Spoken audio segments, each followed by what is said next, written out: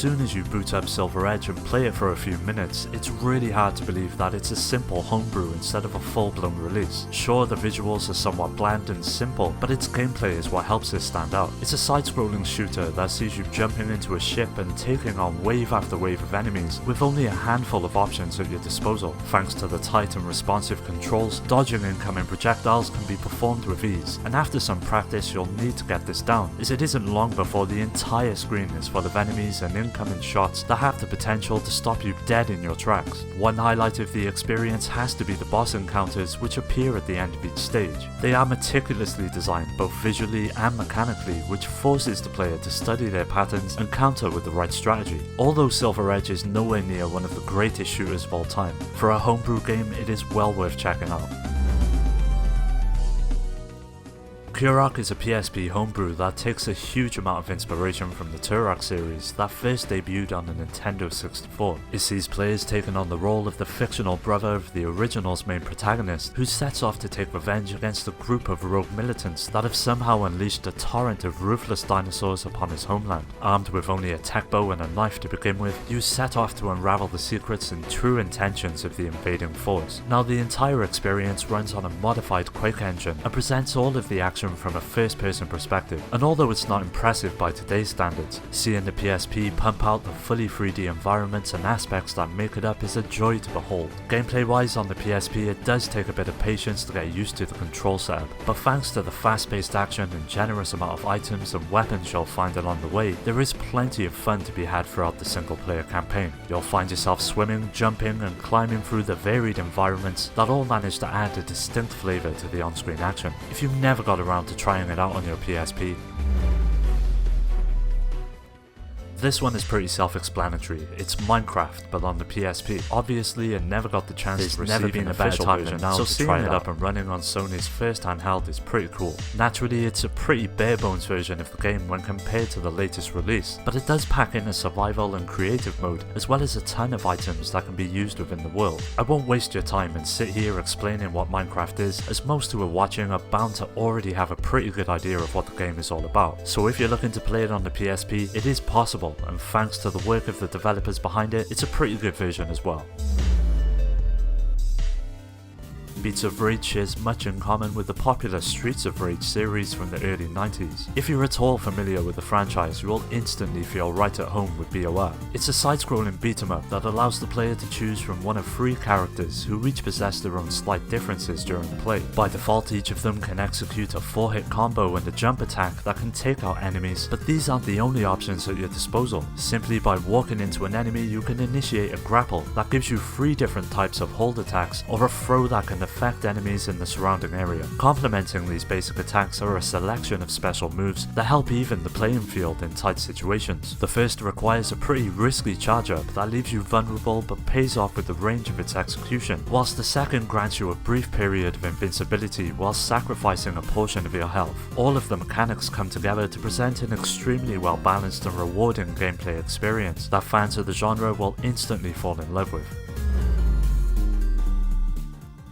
Doom is one of those classic series that always seems to be one of the first games to get ported to a machine once homebrew has been unlocked. The PSP is no different, with the first and second game making an appearance on the system thanks to the passionate developers in the community. Now, Doom needs no introduction, as most players are bound to have already played it and will know what to expect. It's basically a first-person shooter with a huge emphasis upon speed and gunplay that plays a major role throughout the entire series. A wide selection of both weapons and items allow the gameplay to flourish and unlock many different strategies when it comes to dealing with the onslaught of enemies that are thrown your way. Now, the PSP port runs surprisingly well. Naturally, control can be a bit tricky at first, but after some time with the game you'll be ripping and tearing in style. Doom is an absolute blast, so if you've just modded your PSP, it well and truly deserves a go.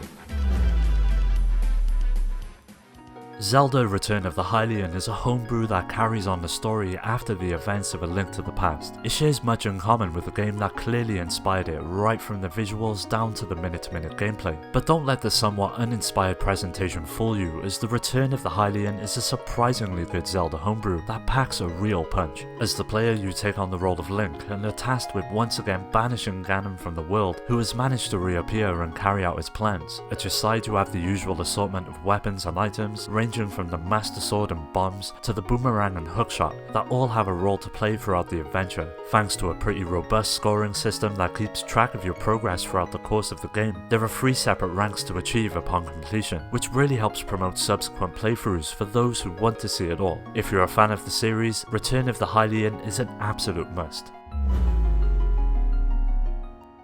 Cave Story shares much in common with the likes of Metroid and the various other types of games that take inspiration from it. Because of this, you can expect the usual backtracking, level grinding, powering up weapons, and figuring out what the hell you were supposed to do in order to progress. But what Cave Story adds into the mix is a fun factor often missing that makes these mundane tasks all the more enjoyable. Although the visuals are extremely simple in their appearance, don't let it detract from what Cave Story gets right, which is mainly its gameplay. One minute you may be taking on a slew of enemies, the next trying to locate a specific item, then trying to upgrade your weapon when you find a tough boss. At times it can be frantic and completely unforgiving, but once everything clicks you'll settle right in and see Cave Story for what it truly is. Tyrion was originally made by World Tree Games Productions and released in 1995 thanks to Epic Mega Games. It eventually became freeware in 2004 and the graphics engine was available under an open license in 2007 for the modding community to consume. It's a vertical shooter with pretty much standard gameplay, but what helps it stand out is the deep single player campaign, which revolves around upgrading and developing your ship over its duration. Throughout play you will acquire coins which can be spent on a wide range of improvements, such as more powerful weapons like cannons and lasers, to items focused on defense like shields. Each have a role to play and only benefit your chances of survival once out in the field. Once you've exhausted the campaign, there are a selection of extra modes such as arcade and even a co-op option that helps pad out the experience. But the real star of the show has to be the visuals, which look absolutely incredible on the PSP. Each ship and enemy is hand-drawn and lends the experience a unique identity that helps it stand out against the other shooters available on the system. Couple this with the catchy soundtrack and what you have is one of the finest examples the genre has to offer on the handheld. Halo Revamped was originally a homebrew for the Sega Dreamcast. A few years later it was ported to the PSP, and it has to be one of the best homebrew creations on the system. It runs on the same engine that Kurok does, but plunges players into the universe of Halo instead. Naturally, control can be a bit of a pain at first due to the lack of a second analog stick, but the setup soon becomes second nature, and will see you traversing and taking out enemies in no time if you stick with it. There are several modes to try out, with Deathmatch being the most prominent. Naturally, a ton of weapons make the cut, from sniper rifles to standard pistols, that all have their own advantages when approaching each fight. Complementing all of this is the selection of maps that has continued to grow throughout the life of the game and constantly add new and interesting ways in which to play it. Although the PSP is no stranger to quality first-person shooters, Halo Revamped excels and makes more of an impact than most retail released games for the system. So if you're a fan of the genre and are looking for something new to get into on the handheld, make sure you give it a go. Super Mario War is quite simply one of the finest fan-made Mario games ever created. It's essentially a multiplayer game that sees up to 4 players competing to become the last one standing. As you would expect, this can be done in one of 2 ways. Classic Stomp plays its role as well as a wide array of items which grant players a whole range of ways in which to take each other on. A generous amount of characters and levels are available in the stock version of the game, but thanks to the dedicated online community there is always new skins and environments being developed which help the experience from becoming stale. A lot of this work is done through the level editor, which is packed in with the game, allowing players of all types to create their own stages from scratch. This aspect is a lot of fun to play around with, especially if none of the extra content is to your liking. Well, that does it for today's video. Don't forget to hit subscribe if you enjoyed it, and make sure to hit that notification bell so you'll be notified of future videos. As always, thanks for watching. I will catch you next time.